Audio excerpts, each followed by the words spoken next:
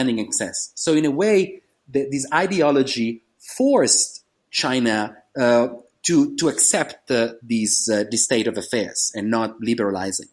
At the same time, the very beginnings, it was fascinating conversation I had with relatively young engineers at Ethio Telecom. At the very beginning, where disempowering the state, and what I mean is like ZTE came with their own technicians, as it happens often. The manual were in Chinese, and there was this. I think I used some of these quotes in the book. The very engineers working for Ethio Telecoms were worried because they say we don't have the password of the backbones, the servers on which our telecommunications are running. So we are out of power. These are in Chinese. And so they completely lost control to a point, again, this is a very layered story, to a point that they had to bring France Telecom as an intermediary to have both the technical expertise and the managerial way to fix it up.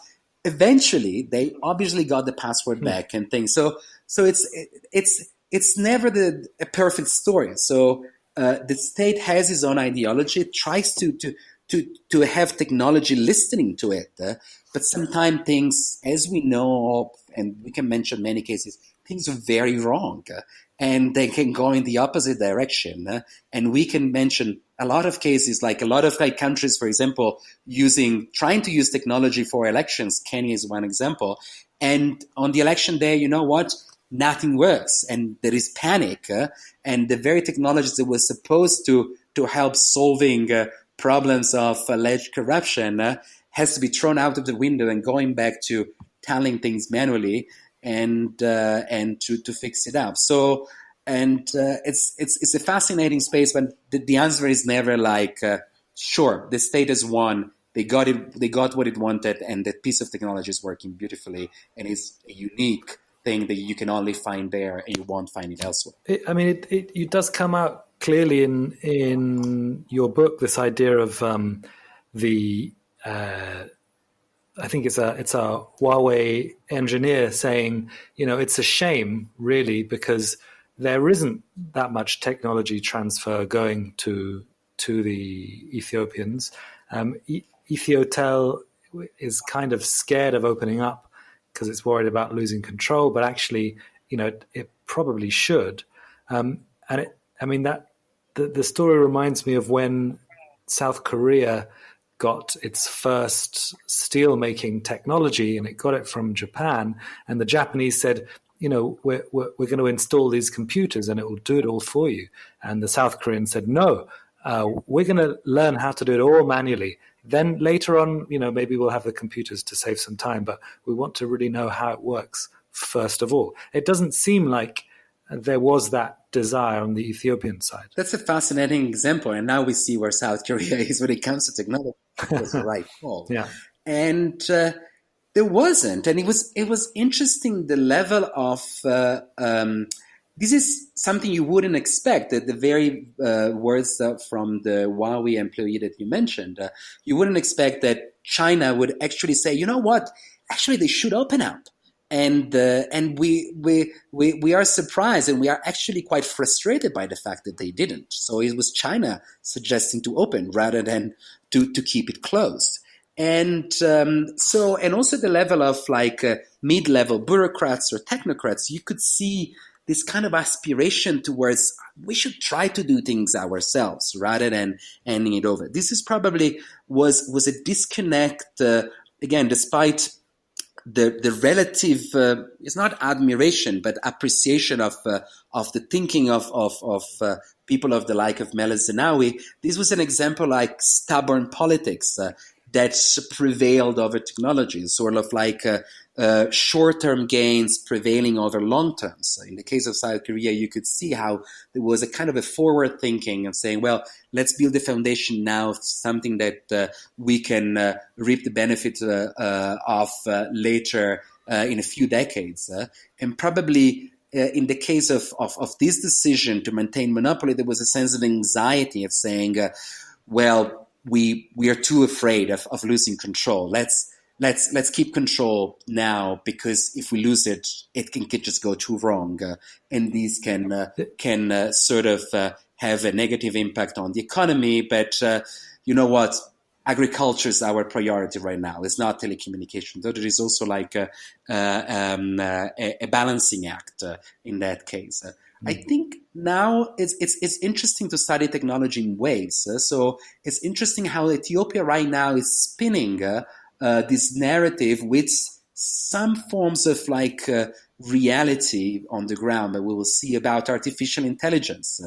And there are a couple of geniuses, Ethiopian, a young computer scientist who has been working in Hong Kong and now went back to Ethiopia, and this story is sort of like is being spun to create a new image of Ethiopia as an innovation hub. So some of this is being tried right now, and so there are some missed opportunities. There are some new windows of opportunity that are opening up, and maybe something will come out of it.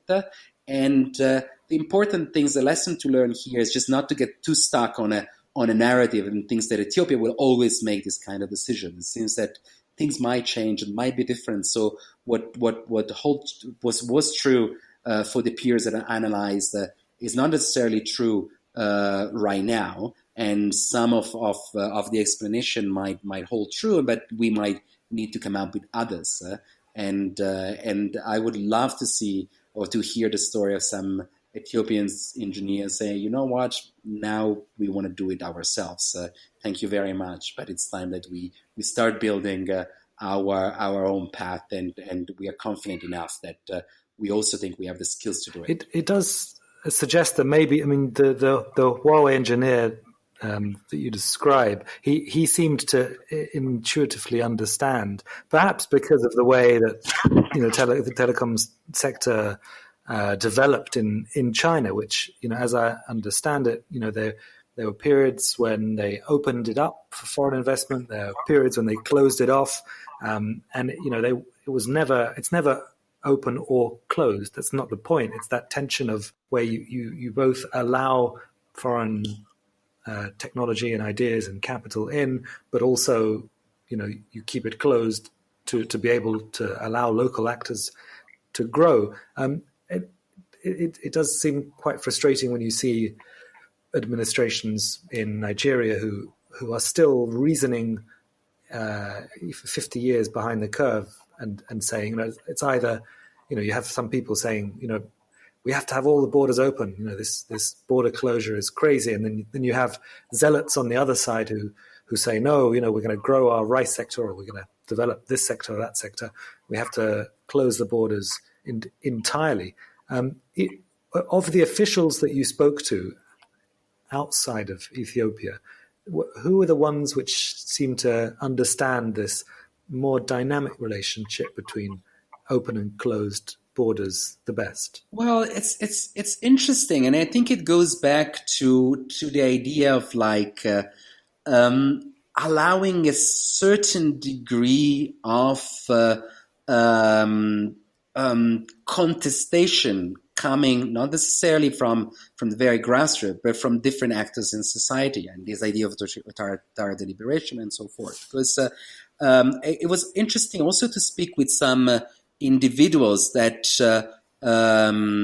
did not belong to the state or to politics. They were actually coming more from the world of like startups in Kenya or in Rwanda, sort of appreciating certain elements of this sequencing of like, it's important.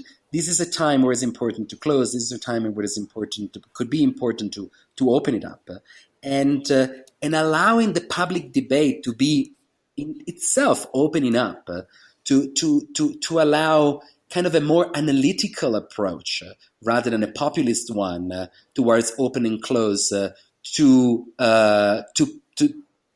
be listened to, and in some cases to prevail. So in very few cases, this is a problem that we find anywhere in the world, and academics are not listened to, and that doesn't mean that academics always have the answer. Sometimes they get it badly wrong, but sort of like asking the question, under which circumstances certain policies might work and under which circumstances they might not. So rather than having an ideological approach, as you mentioned, the kind of Nigeria, there is two opposite camps arguing and talking past each other, allowing a certain level of, not necessarily like a report that is being written, but a kind of a like vibrant debates that might lead to a policy change. That I think would be beneficial. And again, it's a balancing act. You have to allow of an open enough space where people are listening to each other. So in some cases, even in the UK, you can say it's very open, but it's so polarized that maybe good ideas are coming, but they're shut down simply because political actors don't recognize the legitimacy of one another. So it's a problems of authoritarian regime as well as democracy at the time. It is a very contemporary one, and I don't think there's easy fix for it. I thought maybe we could conclude with this final quote, which is a bit depressing. Sorry to end on a downer, but it's yours, so it's your fault. Let me read it out. It talks about the tendency of actors from the East and from the West to align and cooperate when this means increasing their ability to surveil and control users, either for political or commercial gains, or for both. Right. This is a depressing, but also very empowering quote at the same time. I'm trying to explain you why. So I've never been a naive techno-optimist, but I have to say that when I brought the internet to my home in 1997, and I had a moment during the first crackling, and I started entering into what some people still call the cyberspace at the time. It was an extremely exciting moment. It was extremely exciting space. It was a lot of naivete and imagination, but it was beautiful to think like, oh my God, we can do so much with this technology. We can reinvent ourselves, being whoever we want and being beautifully diverse. And that, imagination was a reality for many for quite a long time. And so the depressing bit is that now we've seen this narrative that was probably wrong, but it was true for a while, and being turned into this coalition of very powerful actors. The Facebook and the Google reaping all the benefit of advertisement and surveilling and monetizing on our interaction, and on the other hand, you have the Chinese states that is empowering other states, and so you have the coalition of the powerfuls rather than young smart kids, women and men being able to invent different bits of the internet from their bedrooms. So this is depressing, but the exciting part is that for a long time, I think in the late 90s, early 2000s, and maybe a little bit longer, there was also this very polarized narrative saying, oh, the West is the good guys. The West is like the free internet. The West is the inventors, and China and the others are the bad guys. And because of the Snowden revelation, because of the person who is now at the White House, and because of the many other things that we know about Facebook and the way in which it works and so forth, there is no good guys and bad guys anymore. So we don't have people who happen to live in South Africa or in Nigeria or in Vietnam, for that matter. We don't have to take sides anymore. I think we know there are many more bad guys out there than the good guys. So is there a space now to reinvent the internet or a different version of the internet without having to side with one or the others? So we don't have to be the friend of the U.S. government to promote the idea of a free internet. We can sort of recreate new forms of coalition, a more international idealism, and that to say, you know what, we're tired of being monetized because of what we post online. We're also tired to be surveyed on.